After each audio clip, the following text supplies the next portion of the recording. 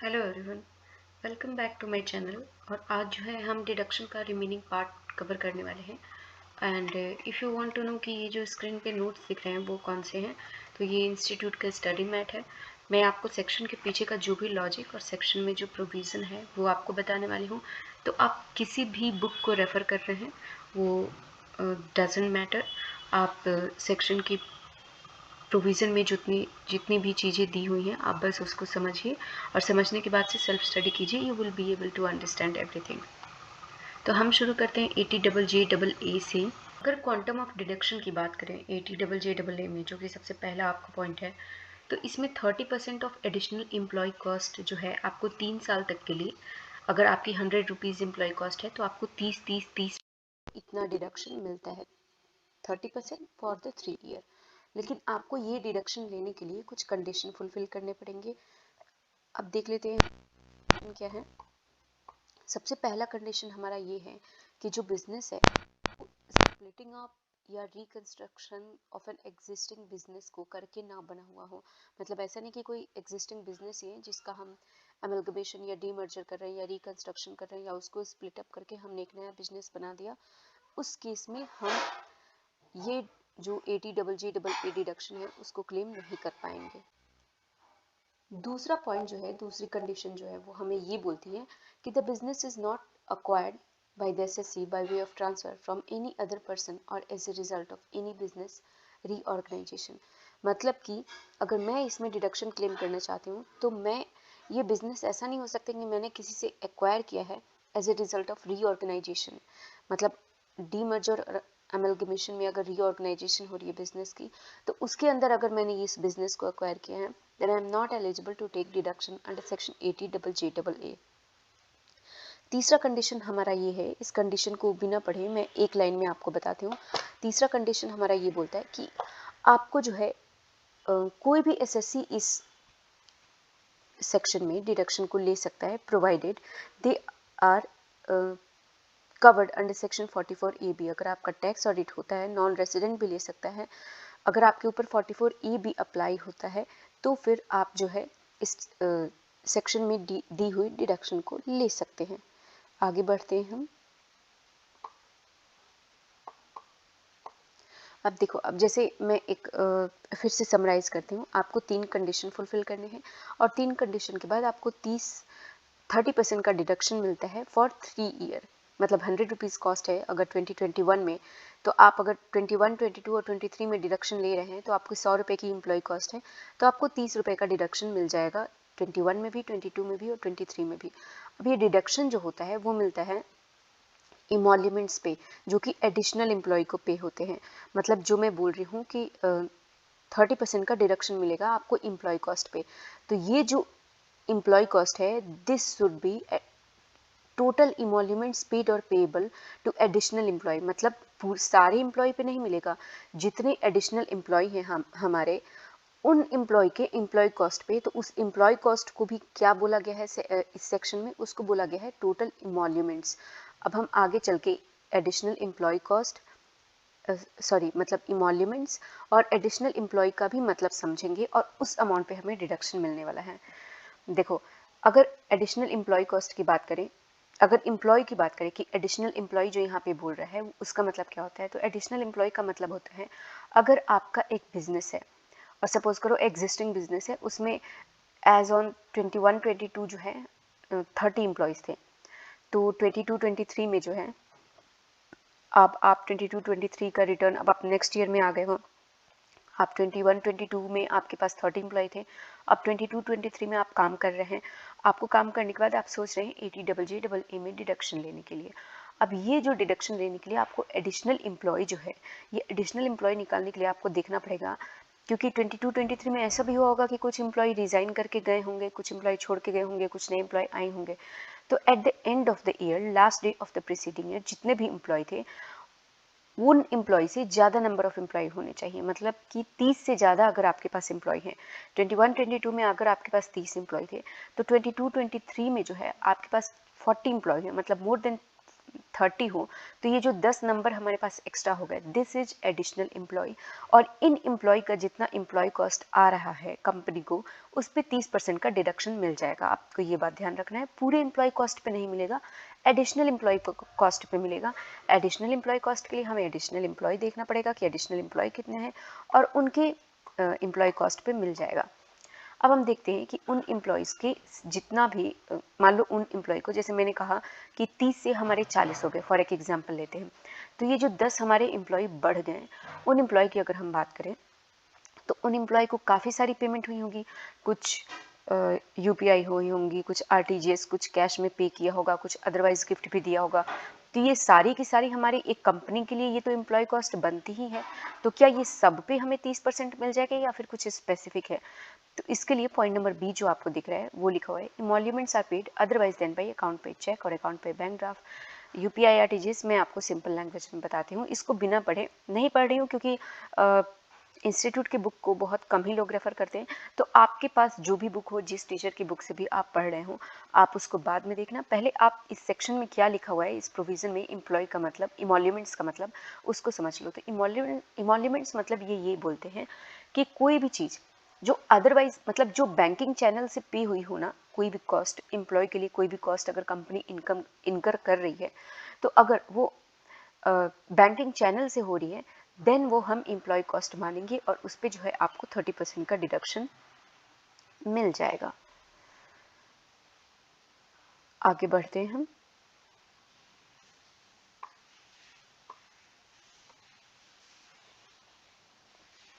आगे हमारा बोल रहा है कि in the first year of a new business, जैसे कि मैंने कहा कि अगर एक एग्जिस्टिंग बिजनेस है, तो एग्जिस्टिंग बिजनेस है तो 21-22 में 30 एम्प्लॉय थे, बढ़ के हमारे पास 40 हो गए। बट क्या होगा तब अगर हमारे पास यही मेरा फर्स्ट ईयर है और मैं 80JJA में डिडक्शन ले रहा हूँ? तो उस केस में ऐसा होगा कि जो भी आपके टोटल नंबर ऑफ एम्प्लॉय हैं वो आपके एडिशनल एम्प्लॉय हो गए, और आपका टोटल कॉस्ट जो हो गया एम्प्लॉय का, जो कॉस्ट, वो आपका टोटल इमोल्यूमेंट्स हो गया। उस अमाउंट पे, टोटल अमाउंट पे आप जो है 30% का डिडक्शन लेने के लिए एलिजिबल हो। एडिशनल एम्प्लॉय का यहाँ पे पॉइंट नंबर बी में आप देख रहे हैं, एडिशनल एम्प्लॉय का मतलब यहाँ पे कुछ चीज़ें जो है एक्सक्लूड की गई हैं। An employee who has been employed during the previous year and whose employment has the effect of increasing the total number of employee employed by the employer as on the last day of the preceding year। मतलब वो employ जो कि during the previous year उस किसी particular एक साल में employed हो और जिसका ये इफेक्ट पड़ रहा हो कि वो नंबर ऑफ एम्प्लॉय को बढ़ा रहा हो, मतलब सिंपल लैंग्वेज में बोले, थोड़ा टेक्निकल करके देता है स्टडी मैट में, कि जिससे आप अगर आप 30 से ज़्यादा वाले जो 10 एडिशनल एम्प्लॉयज़ थे, अगर आप वो वाले हैं तो आपके ऊपर एम्प्लॉय कॉस्ट जो है, आपके एम्प्लॉय कॉस्ट पे कंपनी जो है आप 80JJA में डिडक्शन ले सकते हैं। अब कंपनी के पास बहुत से एम्प्लॉय होंगे, किसी का शॉर्ट सिंपल बताती हूँ, तो कुछ जो अमाउंट है, कुछ अमाउंट जैसे मैंने कहा कि इन जैसे 10 हमारे पास एडिशनल एम्प्लॉय थे, उस अब एडिशनल एम्प्लॉय की एम्प्लॉय कॉस्ट पे हमें 30% का डिडक्शन लेना है। बट अगर वो बैंकिंग चैनल से पे नहीं हुआ है तो हम उस अमाउंट को डिडक्शन लेने के लिए इंक्लूड नहीं करेंगे, उसको एक्सक्लूड कर देंगे। उस एक्सक्लूजन के साथ साथ कुछ और भी एक्सक्लूजन है, उसको भी देख लेते हैं। पहला एक्सक्लूजन है an employee whose total emoluments are more than 25,000। अगर आप एक ऐसे एम्प्लॉय हैं जिसमें आपका इमोल्यूमेंट्स जो है अगर 25,000 से ज़्यादा है, तो फिर कंपनी जो है उस एम्प्लॉय के एम्प्लॉय कॉस्ट पे नहीं ले सकती है 80JJA का डिडक्शन। दूसरा है हमारा an employee for whom the entire contribution is paid by the government under the employee pension scheme notified in accordance with the provision of Employee Provident Fund and Miscellaneous Provision Act 1952। अगर आप Provident Fund और Miscellaneous Provision Act 1952 में cover होने वाले employ हैं तो भी आपके ऊपर जो है कंपनी जो है उस कॉस्ट पे डिडक्शन 80JJA का नहीं ले सकती है। तीसरा मैं आपको सिंपल बिना पढ़े ऐसे ही बताती हूँ, जैसे कंपनी ये भी तो कर सकती है कि 21-22 में जैसे मैंने कहा था कि 30 एम्प्लॉय हैं, अब उसे 10 एम्प्लॉय एक्स्ट्रा दिखाना है, तो 10 एम्प्लॉय को वो लेकर के आई और फिर 1 महीने बाद उसने निकाल दिया और ये दिखा रही है कि नहीं जी हमारे तो 40 एम्प्लॉय थे। तो इसीलिए एक प्रोविज़न लेके आया गया कि for a certain period of time जो एम्प्लॉय है, जो आप जिसको आप हायर कर रहे हैं, वो आपके ऑर्गेनाइजेशन में काम करते रहना चाहिए for a certain period of time. तो तीसरा पॉइंट हमारा उसी से रिलेटेड है। जो भी एम्प्लॉय आप हायर कर रहे हैं, जिसको आप एडिशनल एम्प्लॉय मान रहे हैं, वो आपके ऑर्गेनाइजेशन में for a particular year 240 days से ज़्यादा का, मतलब 240 डेज से ज़्यादा तक का काम करना चाहिए, तभी आप उसके एम्प्लॉय कॉस्ट पे आप डिडक्शन ले सकते हैं। और अगर आप एक ऐसे बिजनेस में हैं, in the business of apparel मतलब कपड़ों का बिजनेस, और फुटवेयर और leather products, an employee employed for a period of less than 150 days during the period, मतलब आप अगर अपैरल इंडस्ट्री में है, फुटवेयर में है, लेदर प्रोडक्ट में है, तो फिर 240 से घट के ये 150 डेज हो गया है। आप 150 डेज तक अगर वो एम्प्लॉय जिसको आप एडिशनल एम्प्लॉय मान रहे हैं, वो 150 डेज तक काम करते रहना चाहिए आपके ऑर्गेनाइजेशन में, तब आप उसके एम्प्लॉय कॉस्ट पे क्या कर सकते हैं, 80JJAA का डिडक्शन ले सकते हैं। अब बात करते हैं कि इन्होंने ये 150 डेज क्यों कम किया। जो अपैरल फुटवेयर की जो इंडस्ट्री होती है ना, ये बहुत सीजनल होती है, तो इसी सीजन को देखते हुए इन्होंने 240 डेज से कम कर दिया। नेक्स्ट हमारा एक्सक्लूजन का पॉइंट है, an employee who does not participate in the recognised provident fund. अगर आप एक ऐसे एम्प्लॉय हैं जिसमें आपको पीएफ के प्रोविज़न नहीं लगते, एक ऐसे एम्प्लॉय, तो फिर आपकी कॉस्ट पे जो कंपनी है वो 80JJAA का डिडक्शन नहीं ले पाएगी। नीचे हम नोट पढ़ लेते हैं, if an employee is employed during the previous year for less than 240 days और 150 डेज एज द केस में B, but is employed for a period of 240 days और 150 but is employed for a period of 240 days or 150 days as the case may be in the immediately succeeding year, he shall deem to have been employed in the succeeding year. देखो, accordingly the employer will be entitled to deduction of 30% of additional employee cost of such employee for 3 years from the succeeding year. इसको जो है, इस notes को जो है मैं एक एग्जांपल से आपको कवर करती हूँ। जैसे मैंने आपको कहा कि अगर कंपनी ये दिखाती है कि मेरे एम्प्लॉय जो है 30 से बढ़ के 40 हो गए, अब ये 40 जो हो गए, मान लिया हमने कि इसमें 8 एम्प्लॉय तो ऐसे थे जो कि 240 डेज तक उन्होंने एम्प्लॉयमेंट की थी, 240 डेज उस ऑर्गेनाइजेशन में काम किया था, तो कंपनी एलिजिबल हो गई उसके, और बाकी सारी कंडीशन भी फुलफिल हो रही है, प्रोवाइडेड बाकी सारी कंडीशन भी फुलफिल हो रही है, तो कंपनी इस चीज़ के लिए एलिजिबल हो गई कि वो 80JJAA का डिडक्शन ले सकती है।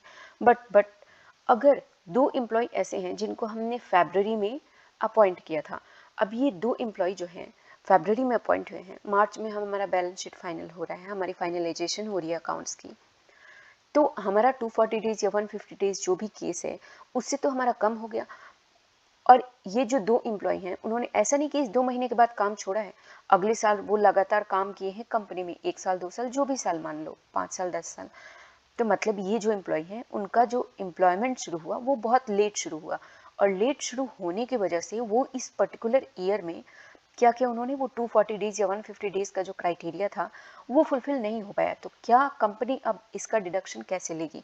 तो इसके लिए जैसे मान लो 21-22 का एग्जांपल लेते हैं कि 21-22 में कंपनी ने एम्प्लॉय किया था 10 एक्स्ट्रा एम्प्लॉय उसके पास हैं जिस पे वो डिडक्शन लेना चाहती हैं।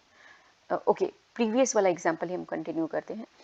तो 30 एम्प्लॉय थे 21-22 में, 22-23 में आके कंपनी क्लेम कर रही है कि मेरे पास 40 एम्प्लॉय हो गए हैं। इस 40 में जो 10 एडिशनल हुए हैं उसमें 8 तो ऐसे हैं जिनके एम्प्लॉय कॉस्ट पे कंपनी बाकी सारे कंडीशन को फुलफिल करते हुए कंपनी जो है 80JJAA के डिडक्शन को ले सकती है, लेकिन जो बाकी 2 एम्प्लॉय हैं उनका डिडक्शन नहीं ले पा रही है। क्यों? क्योंकि वो 150 डेज या 240 डेज के क्राइटेरिया को फुलफिल नहीं कर पा रहे हैं।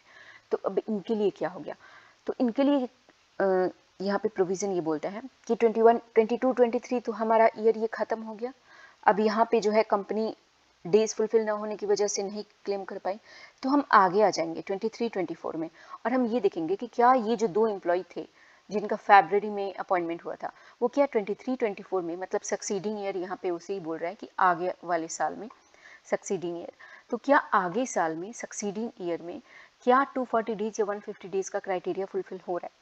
अगर ये जो 2 एम्प्लॉय जिनका फैब में अपॉइंटमेंट हुआ था ये 23-24 में 240 डेज या 150 डेज कंप्लीट कर लेते हैं, तो कंपनी इन 2 एम्प्लॉय के एम्प्लॉय कॉस्ट पे 30% का डिडक्शन 80JJAA में ले सकती है सक्सीडिंग ईयर में। यही चीज़ जो है आपको इस नोट्स में एक्सप्लेन किया गया था। अब आते हैं इमोल्यूमेंट्स के मतलब, एनी सम पेड और payable to an employee in lieu of his employment by whatever name called. कोई भी सम अगर आप पे करते हैं एम्प्लॉय को उसके एम्प्लॉयमेंट के बदले, तो उसे हम इमोल्यूमेंट्स बोलेंगे। लेकिन इसमें कुछ चीज़ों को एक्सक्लूड किया गया है, जिसमें पहला एक्सक्लूजन है एनी कंट्रीब्यूशन पेड और payable by the employer to any pension fund और प्रोविडेंट फंड और any other fund for the benefit of employee under any law for the time being in force. जो भी employer का जो contribution जाता है ना, पीएफ हो गया, यहाँ पे पेंशन फंड हो गया, पीएफ हो गया या ईएसआई हो गया या जो भी हो गया, अगर किसी और भी अगर कोई फंड है जिसमें एम्प्लॉयर जो है कंट्रीब्यूट कर रहा है, तो फिर वो अमाउंट को हम इमोल्यूमेंट्स या एम्प्लॉय के कॉस्ट में कंसिडर नहीं करेंगे और उस पर कंपनी जो है ATJJA का डिडक्शन नहीं लेगी। दूसरा एक्सक्लूजन है एनी लमसम पेमेंट पेड और payable to an employee at the time of termination of its services और सुपर एनुएशन और वॉलंटरी रिटायरमेंट। अगर कोई सम पे करती है एम्प्लॉय, पे किया जा रहा है पेड और payable to an employee at the time of termination of its services, अगर उसकी सर्विसेज टर्मिनेट हो रही हैं, ख़त्म हो रही हैं और उस टाइम पे उसको कोई हैवी अमाउंट मिलता है, एम्प्लॉय को जनरली हैवी अमाउंट मिलता है,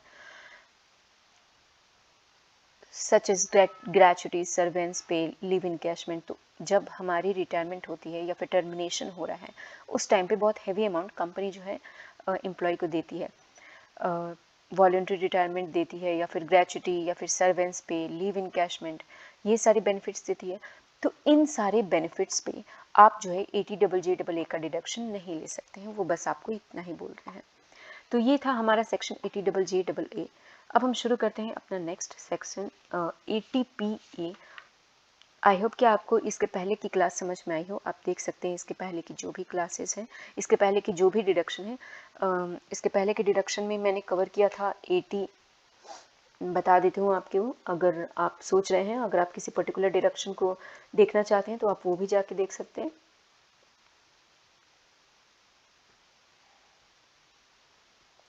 तो इसके पहले की जो डिडक्शंस थी जो हमने कवर किया है वो है ATIA, IB, IAC, IC and ATIE। तो ये सारे जो डिडक्शन जो है, अगर आप देखना चाहते हैं तो पीछे की क्लास को देख सकते हैं। शुरू करते हैं हम अपना नेक्स्ट सेक्शन ATPA। और अब हम डिस्कस करने वाले हैं सेक्शन ATPA। तो सबसे पहले इस सेक्शन में समझने के लिए बहुत ही छोटा सेक्शन है, बट इस सेक्शन में पहले हम ये समझ लेते हैं कि हमें एलिजिबल बिजनेस जो है किस किस चीज़ के लिए, कौन से एक्सपेंसेस के लिए हम इस सेक्शन में डिडक्शन ले सकते हैं। पहले आपको एक बात बता दूं कि ये जो सेक्शन है, इस सेक्शन में डिडक्शन कौन से लोग लेते हैं? प्रोड्यूसर कंपनीज लेती हैं ATPA में। ATP जो है ये सेक्शन बना था 100% डिडक्शन अगर आप कोऑपरेटिव सोसाइटी है and you are primarily engaged in agricultural activities, तो आपका 100% डिडक्शन मिलेगा ATP में। बट इसी सेक्शन को फिर आगे बढ़ाया गया और ये कंपनीज़ को भी ये एप्लीकेबिलिटी का जो सेकंड पॉइंट है उसमें यही लिखा हुआ है कि कंपनी को भी ये बेनिफिट दिया गया कि अगर आप प्रोड्यूसर कंपनी है, फार्म प्रोड्यूसर कंपनी है और आपका जो टर्नओवर है वो अगर लेस देन 100 करोड़ है इन एनी प्रीवियस ईयर, तो फिर आपको जो है, और अगर आप एलिजिबल बिजनेस कर रहे हैं तो आपको जो है 100% जो है डिडक्शन मिल जाएगा। तो पहले हम बात करते हैं meaning of eligible business. Eligible business का मतलब है कि अगर आप एक प्रोड्यूसर कंपनी है जो कि क्या कर रहे हैं, the marketing of agricultural produce grown by its member. आप एक प्रोड्यूसर कंपनी है तो आपके कुछ मेंबर्स होंगे, आप अगर उन मेंबर्स के एग्रीकल्चरल प्रोड्यूस का मार्केटिंग कर रहे हैं, या फिर अगर आप परचेज ऑफ एग्रीकल्चरल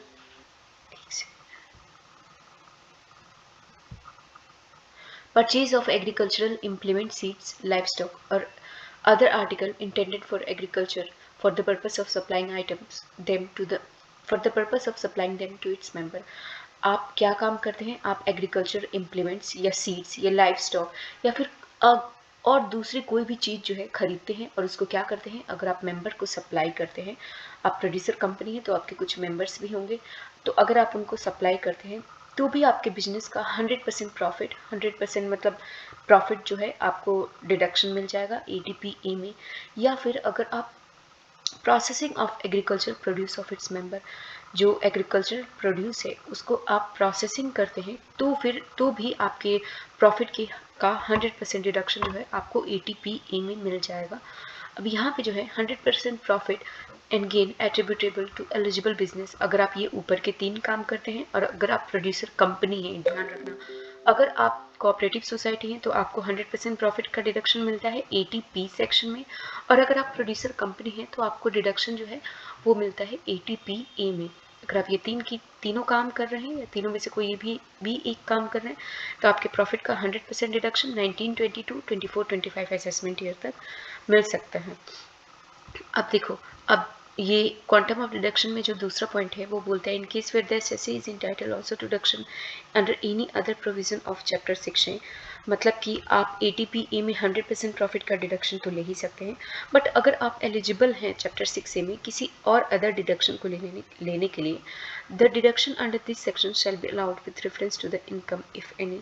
तो अगर आपका कोई इनकम बचता है, आप वो डिडक्शन ले लीजिए और लेने के बाद अगर आपका कोई इनकम बचता है तो फिर आपका जो है उस इनकम पे 80PA में डिडक्शन ले सकते हैं, as refer to in this section included in the gross total income as reduced by the deduction under such other provision of this chapter.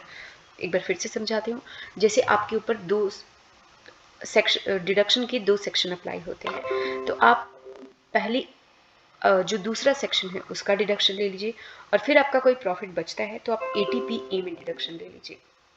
मतलब यहाँ पे गवर्नमेंट जो है पूरी तरीके से फार्मर प्रोड्यूस कंपनी को, FPC को बेनिफिट देना चाहती है कि आप अपने प्रॉफिट पे कोई टैक्स दीजिए ही मत, आप सिर्फ काम करिए, आप सिर्फ अपने मेंबर्स के लिए आप ये तीनों काम कर रहे हैं तो काम करिए। अब नेक्स्ट पॉइंट जो है यहाँ पे जो है प्रोड्यूसर कंपनी का मेंबर का मतलब समझाया गया है, बट मैं आपको इसमें नहीं पढ़ाने वाली हूँ बिकॉज आप अगर लॉ पढ़ेंगे तो आपको लॉ में प्रोड्यूसर कंपनी का पूरा मीनिंग, उसके सेक्शन, उसके प्रोविज़न क्या, प्रोड्यूसर कंपनी का क्या लॉ है, उसके क्या बेनिफिट है, प्रोड्यूसर कंपनी कौन सी कंपनी प्रोड्यूसर कंपनी होती है, सेम चीज़ें दी हुई हैं लॉ में एक्सटेंसिवली, तो यहाँ पे आपको पढ़ने की ज़रूरत नहीं है, आप इस चीज़ को लॉ में कवर करिए। हम आते हैं अपने दूसरे सेक्शन की तरफ। अब हमारे पास जो दूसरा सेक्शन है वो है ATLA, deduction in respect of certain income of offshore banking unit and international financial service centre. अब देखो इसमें होता क्या है, एक्चुअली इसका जो टेक्स्ट है वो इस नोट्स में नहीं दिया हुआ है, बट मैं आपको फिर भी ATLA शॉर्टकट में बता देती हूँ। बहुत ही छोटा सेक्शन है, कोई प्रॉब्लम नहीं है इसमें। अगर आप एक ऐसे SSC हैं, मतलब अगर आप SSC हैं, कौन से SSC हैं, जो कि शेड्यूल बैंक है या फिर कोई अदर बैंक है जो कि इनकॉर्पोरेटेड आउटसाइड इंडिया है, और आपका जो एक यूनिट है वो स्पेशल इकोनॉमिक जोन में है, मतलब ये यहाँ पे ये कहना चाहते हैं कि अगर आप शेड्यूल बैंक हैं या फिर अगर आप ऐसे बैंक हैं जो कि इनकॉर्पोरेटेड आउटसाइड इंडिया तो हैं बट आपका SEZ में यूनिट है, मतलब 2 बैंक हो गए जिनकी कोई भी बैंक, आप शेड्यूल बैंक है और अगर आपकी SEZ में यूनिट है, या अगर आप बाहर इनकॉर्पोरेशन होने वाले बैंक हैं और आपकी SEZ में यूनिट है, तो फिर आपका क्या होगा, आपका जो है 100% प्रॉफिट का जो है डिडक्शन मिल जाएगा। कब? 5 साल तक के लिए, और नेक्स्ट 5 ईयर के लिए आपको 50% प्रॉफिट का जो है डिडक्शन मिल जाएगा। अगर आप SEZ में ऑपरेट करने वाले बैंक हैं, अगर आप शेड्यूल बैंक है जो कि SEZ में है, या फिर अगर आप आउटसाइड इंडिया वाले बैंक है जिसकी एक यूनिट स्पेशल इकोनॉमिक जोन में है, तो फिर आपके 100% प्रॉफिट का डिडक्शन जो है आपको अवेलेबल हो जाएगा फॉर द फर्स्ट 5 ईयर, जिस ईयर में आपको ब्रांच खोलने की परमिशन मिली है, और नेक्स्ट 5 ईयर के लिए आपके 50% प्रॉफिट का डिडक्शन मिल जाएगा। यही जो है हमारा ATLA सेक्शन है।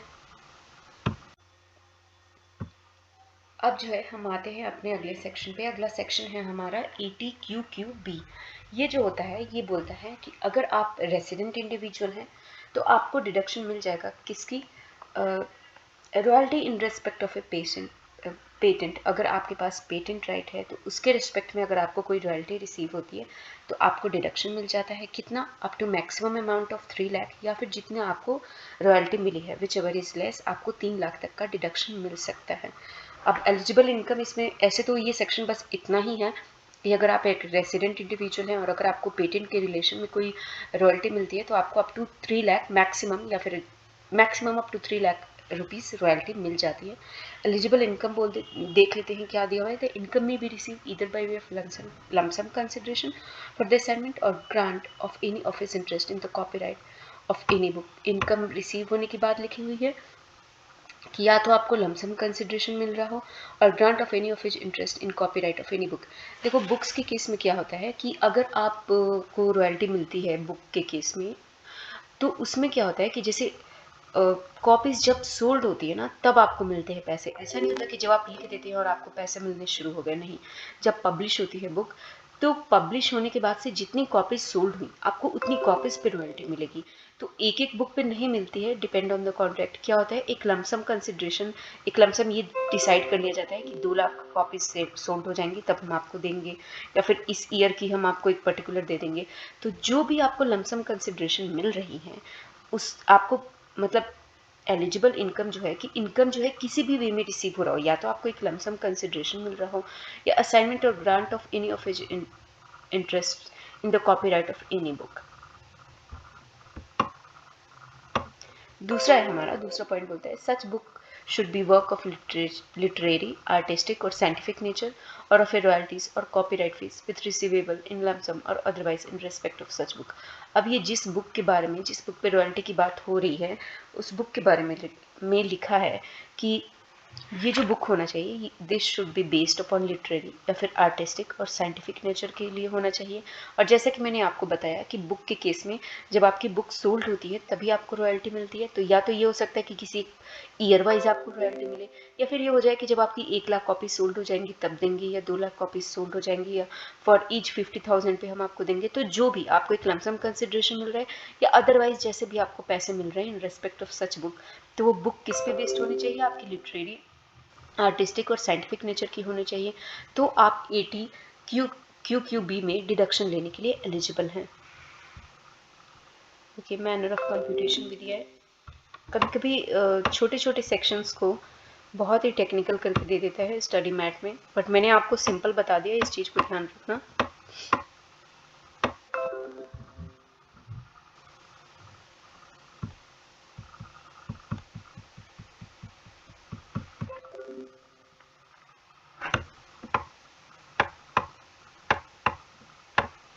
तो ये था हमारा 80 QQB से रिलेटेड सेक्शन आपको एक बार और रिवाइज करा देते हैं। आप एक रेसिडेंट इंडिविजुअल हैं और आपको जो है रॉयल्टी मिलती है। रॉयल्टी किस रेस्पेक्ट में मिलती है, work of literary, artistic or scientific nature, अगर आपको इनके रिस्पेक्ट में रॉयल्टी या कॉपीराइट फी रिसीव होती है on book being work of literary, artistic या साइंटिफिक नेचर। तो अगर इन चीज़ों के रिस्पेक्ट में अगर आपने कोई बुक लिखी है जिस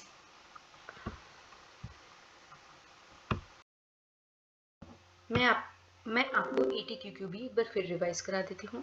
80 QQB में सिर्फ इतना है, अगर आपको रॉयल्टी या कॉपीराइट फीस मिलती है किसके रिस्पेक्ट में, आपने एक ऐसे बुक लिखी है जो कि किस पे बेस्ड है, लिटरेरी पे, आर्टिस्टिक या साइंटिफिक नेचर पे है, और अगर आप एक रेसिडेंट इंडिविजुअल हैं तो आपको 80 QQB में up to maximum 3 lakh rupees का डिडक्शन मिल सकता है। This was all about 80 QQB। अब हम आते हैं अपने सेक्शन 80 RRB पे, देख लेती हूँ मैं।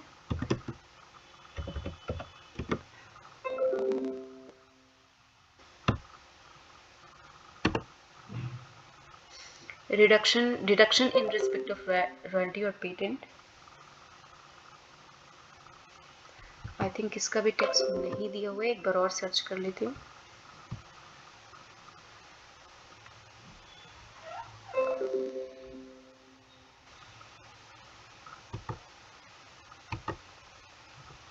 यस, इसका भी नहीं दिया हुआ है, बट मैं आपको शॉर्ट में, ये भी बहुत छोटा सेक्शन है, जैसे QQB था जो आपको बुक्स के रिस्पेक्ट में बोल रहा था कि अगर आप लिटरेरी या फिर आर्टिस्टिक या साइंटिफिक नेचर का बुक लिखते हैं तो आपको उसके रिस्पेक्ट में रॉयल्टी डिडक्शन जो है आपको 3 लाख रुपए का मिलता है। उसी तरह 80 RRB जो होता है वो बोलता है कि अगर आप एक रेसिडेंट इंडिविजुअल हैं और अगर आपको रॉयल्टी मिल रही है किसके रिस्पेक्ट में, पेटेंट के रिस्पेक्ट में, तो फिर आपको जो है डिडक्शन मिल जाएगा कितने अमाउंट का, 3 लाख रुपए का डिडक्शन जो है आपको मिल जाता है। अब इसके बाद जो है हमारा जो सेक्शन वो हमारा बचता है 80C। पहले मैं देख लेती हूँ इसके अलावा कोई नया सेक्शन तो नहीं है। अब जो दूसरा सेक्शन हम शुरू करने वाले हैं वो है हमारे पास 80CCC, deduction in respect of contribution to certain pension fund. देखो दिया तो इसमें बहुत ज़्यादा है, बहुत टेक्निकल करके दिया है, बट मैं आपको शॉर्टकट में इस सेक्शन के बारे में बताती हूँ। ये जो डिडक्शन है वो इंडिविजुअल को मिलता है, सबसे पहली बात याद रखना। और ये जो डिडक्शन है वो कब मिलता है, जब आप पेमेंट करते हो किसको, LIC को या फिर किसी अदर इंश्योरर को in the approved annuity plan for receiving pension fund. मतलब ये होता है कि अगर आप LIC को या फिर दूसरे किसी इंश्योरर को पे करते हो, किस लिए, एन्युटी, किसी ऐसी एन्युटी प्लान में वो पेमेंट जा रहा है जिसमें कि आपको पेंशन मिलेगा, तो इसके लिए आपको जो है 80CCC में कितना डिडक्शन अलाउ है, 1.5 लाख का डिडक्शन जो है अलाउ है। 80C से इसको कंफ्यूज मत होना, 80C में अलग चीज़ें लिखी हुई हैं।